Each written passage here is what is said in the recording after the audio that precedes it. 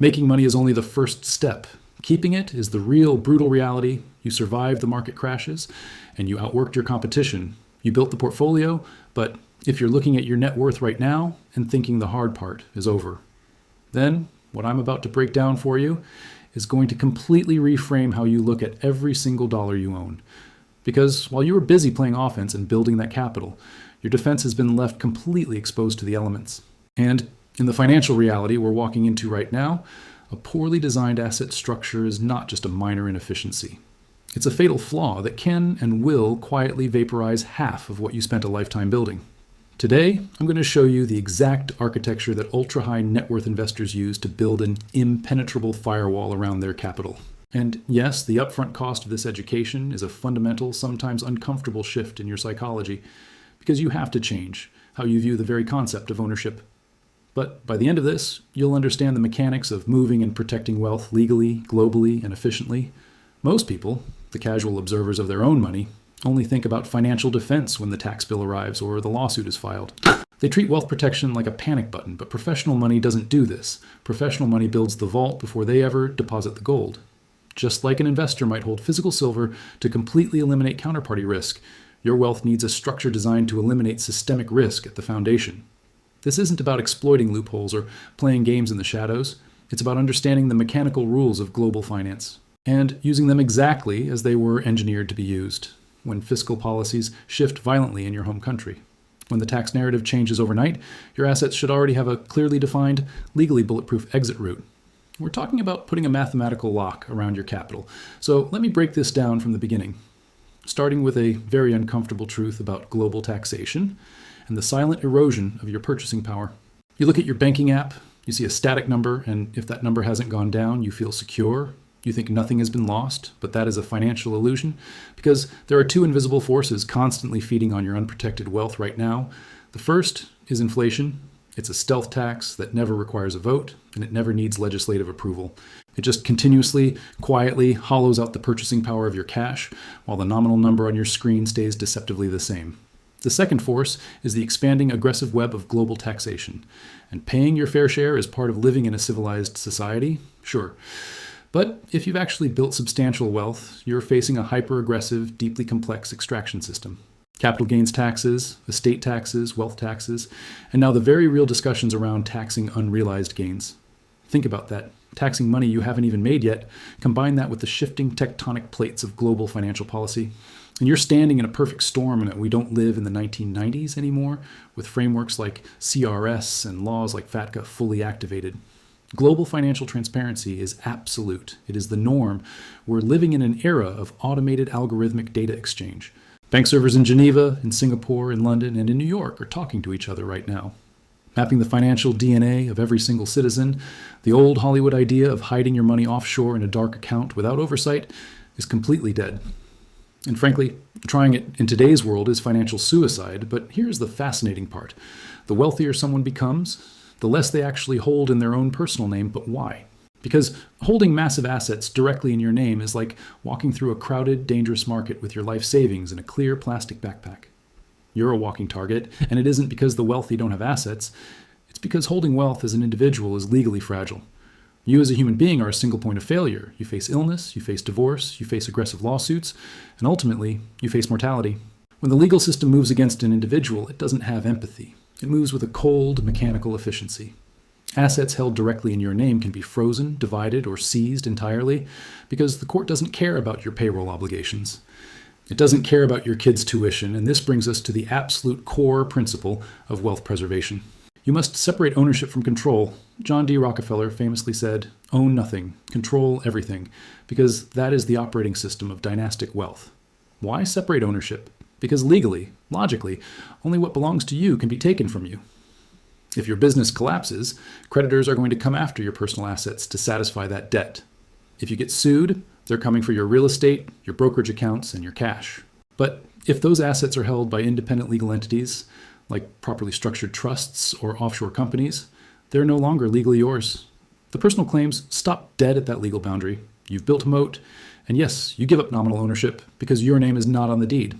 But through binding, meticulously engineered legal agreements, You retain absolute control, and you retain all the benefits, dictating exactly how the money is invested.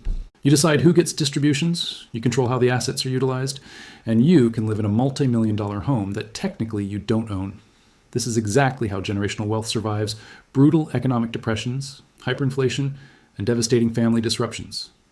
Now, I want you to ask yourself a question, and I want you to be totally honest because the answer might terrify you.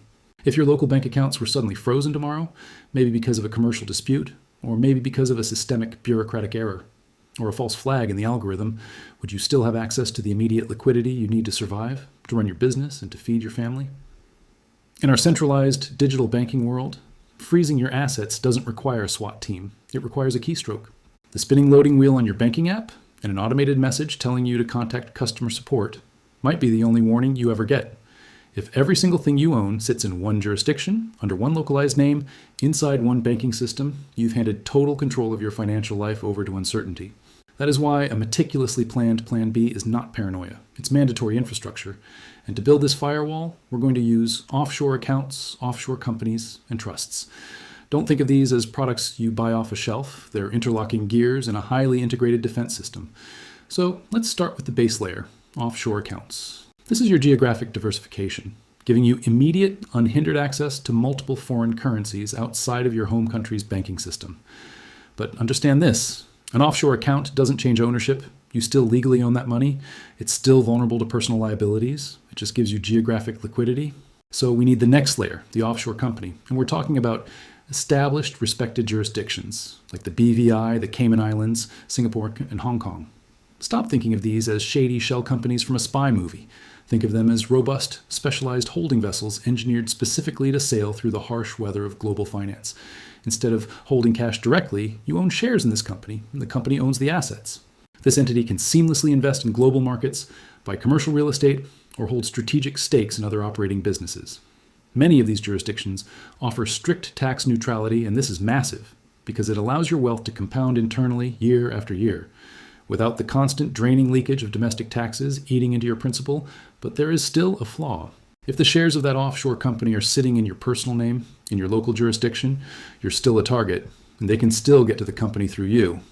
And that is exactly where the final impenetrable layer comes into play, the trust, specifically, an irrevocable family trust.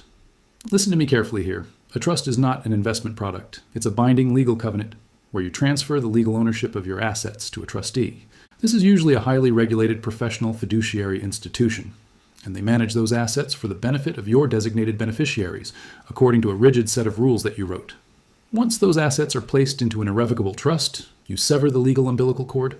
The assets are gone from your personal balance sheet, and they're no longer yours. If you go completely bankrupt tomorrow, the trust remains untouched, and if you go through a brutal divorce, the trust assets are typically completely excluded from the marital property division.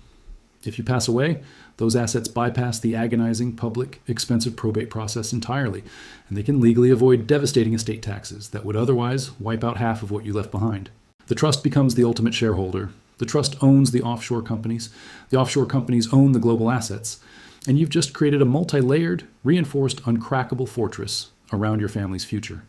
Now, at this exact moment, cynical people are going to say, oh, this is just tax evasion for the rich. But that's a dangerous amateur misunderstanding.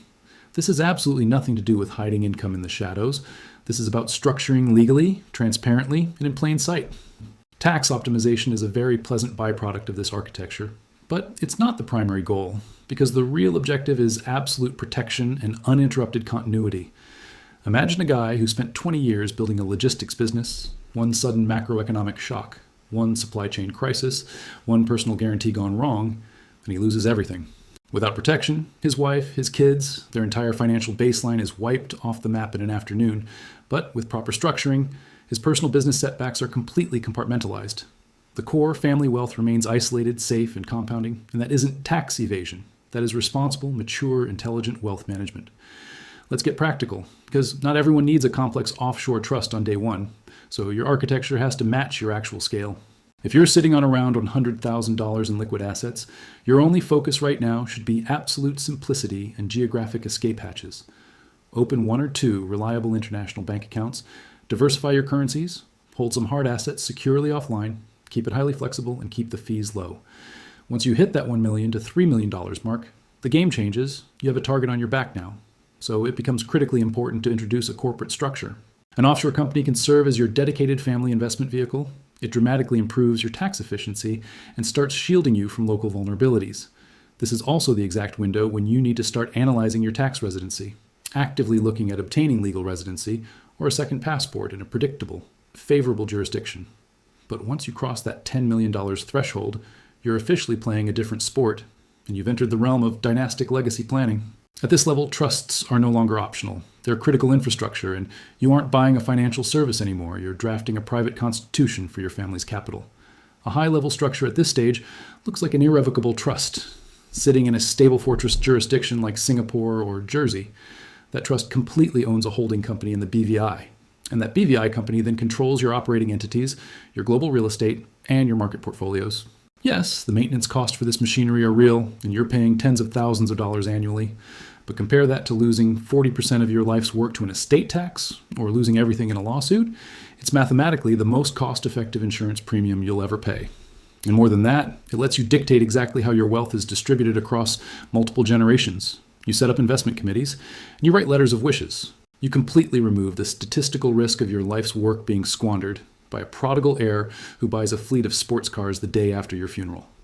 But hear me right now, because there is one absolute non-negotiable rule to all of this: never ever cross legal boundaries. The incredible, unmatched power of these structures lies entirely in their strict legal compliance, and it doesn't lie in evasion. In today's hyper-transparent financial system, attempting to hide income or using unverified channels is exceptionally foolish because it's a loser's game. Any structure you build must be funded exclusively with legitimate, fully sourced money, and you must maintain absolute compliance with all reporting obligations in your home tax jurisdiction. You aren't building a dark, underground bunker. You're building a vault made of flawless, bulletproof glass where everyone can see it, but nobody can break it. Violating these rules doesn't just cause your structure to fail, it invites severe criminal and civil destruction. Always work with elite, licensed professionals, pay the specialized tax lawyers, and pay the international advisors. I don't care how high their hourly rate is, because if they keep you fully compliant and fully protected, they're a bargain. So where do you actually begin? Do not go rushing out to the internet to blindly open foreign accounts or register random offshore shell companies. Start by sitting down and conducting a ruthless, comprehensive audit of your current life. Map out every single stock, every piece of real estate, and every business interest you hold. Where are you exposed? Where are your lawsuit vulnerabilities? Where are the marital risks? And where are the glaring tax inefficiencies bleeding you dry? You have to understand your weak points intimately before you can ever attempt to armor them, because wealth preservation starts with acute, brutal self-awareness. You have to move past the rudimentary middle-class mindset of just earning, saving, and spending, and you need to permanently install a new operational framework in your brain. Create the wealth, isolate the wealth, compound the wealth, transfer the wealth. This topic is incredibly complex, and it's going to be occasionally uncomfortable. But it's the single most important framework you'll ever learn, because it has the power to definitively dictate the financial reality of your bloodline for generations to come. If this perspective makes you uncomfortable, if it challenges how you currently think about your money and what you actually own, good. That's a very good sign. It means you're finally waking up to the profound existential risk of leaving your life's work entirely unprotected. The timeline to fix this is not 5 years from now, it is right now, so choose your next move carefully.